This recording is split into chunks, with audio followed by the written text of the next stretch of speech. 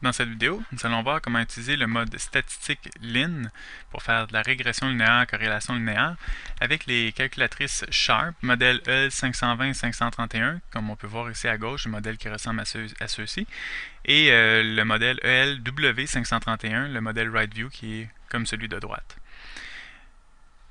Donc, pour utiliser le mode statistique deux variables, le mode LIN, il faut avoir deux variables.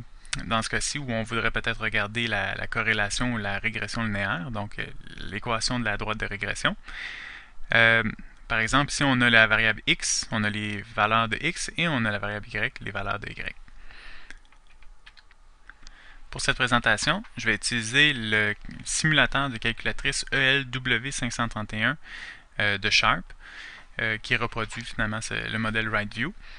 Et les deux calculatrices se ressemblent beaucoup pour la régression linéaire ou le mode StatsLin. Donc, on va essayer de faire une procédure qui peut convenir pour les deux. Donc, tout d'abord, ce qu'il faut faire, il faut se mettre en mode statistique. Donc, on va appuyer sur le bouton Mode. C'est le même bouton pour les deux calculatrices. Et ensuite, on va choisir le mode 1 statistique. Ensuite, on a d'autres options qui nous sont présentées. Le mode 0 a été présenté dans une autre vidéo.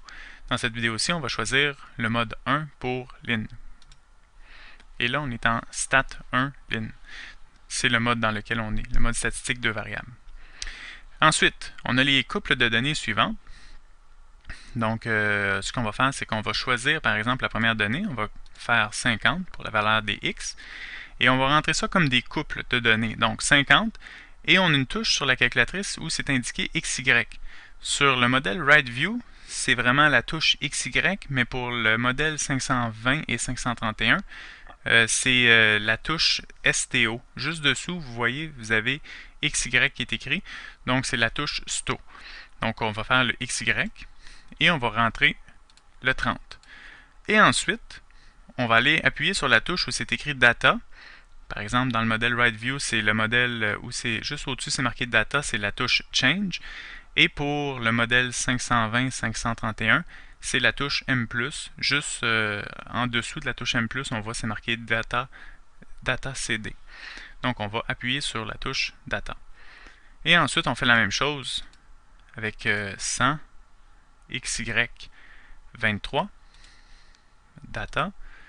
Ensuite, 120 XY19. Ensuite, on stocke les données aussi. Et 150 XY18. Donc, on a 4 couples de données de rentrée. Et là, ce qu'on veut faire, c'est on veut ressortir finalement, par exemple, peut-être la moyenne de x et la moyenne de y. La moyenne pour la variable x, la moyenne pour la variable y. Pour la variable x, on fait alpha. Et on va appuyer sur 4.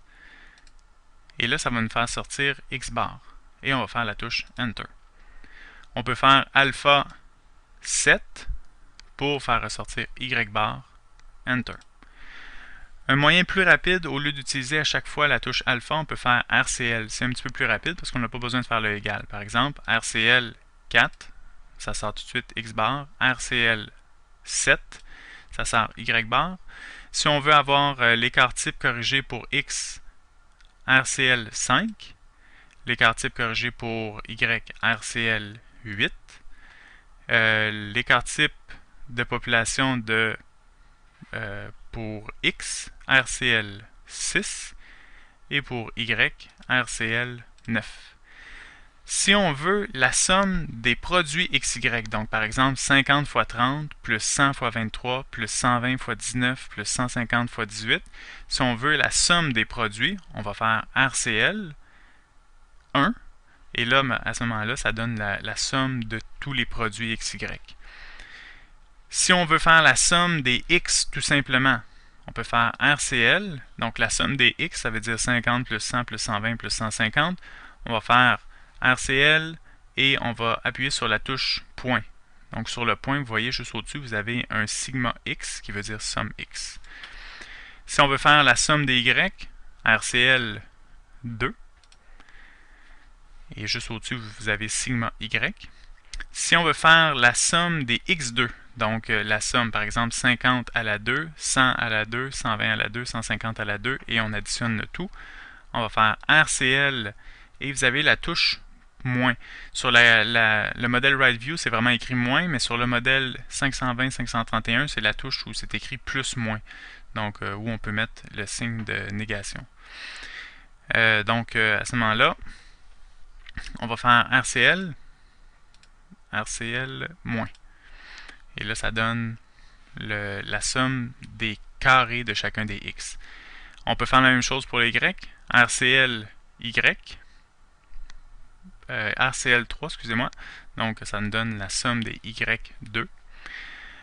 Et finalement, si on veut le nombre de données, on peut faire RCLN. Ça va nous donner le nombre de couples de données. Maintenant, ce qui est intéressant avec le mode statistique de variables, c'est qu'on peut faire, par exemple, on veut avoir le coefficient de corrélation. Donc, coefficient de corrélation, c'est le R qui est situé sur le signe de division. Donc, on va faire RCL division et ça nous donne le coefficient de corrélation. Et si on veut l'équation de la droite, avec les modèles Sharp, l'équation de la droite est donnée par y est égal à bx plus a. Généralement, dans presque tous les livres, ou beaucoup de livres, c'est écrit mx plus b ou ax plus b, mais les modèles Sharp, il faut inverser tout ça, donc ça va être bx plus a. Ce qui veut dire que notre équation de droite, ça serait, on va aller chercher par exemple la pente, ou le taux de variation, en faisant RCL, et vous allez avoir la parenthèse de droite, la parenthèse fermante, si on veut, ici, qui est juste au-dessus, vous voyez le petit b, donc parenthèse fermante, vous cliquez dessus, et vous avez la pente qui est, dans ce cas-ci, qui est moins 0.1264, et si vous voulez avoir l'ordonnée à l'origine, vous allez faire RCL, et vous allez faire la parenthèse ouvrante, vous allez avoir la valeur de A, qui est l'ordonnée à l'origine.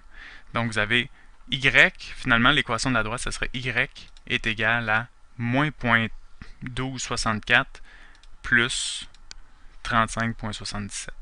Ça serait l'équation de la droite de régression. Si on veut effacer le tout ce qu'on a à faire, c'est, dans les deux calculatrices, ça fonctionne de cette façon-là, ça fonctionne très bien. Deuxième fonction, mode, et vous avez vidé toutes les mémoires pour le mode statistique et vous pouvez recommencer. À ce moment-là, quand vous avez fait ça, si vous essayez de retrouver x bar, ça ne marchera pas, ou n'importe quelle autre valeur, ça ne marchera pas parce que les mémoires sont vidées.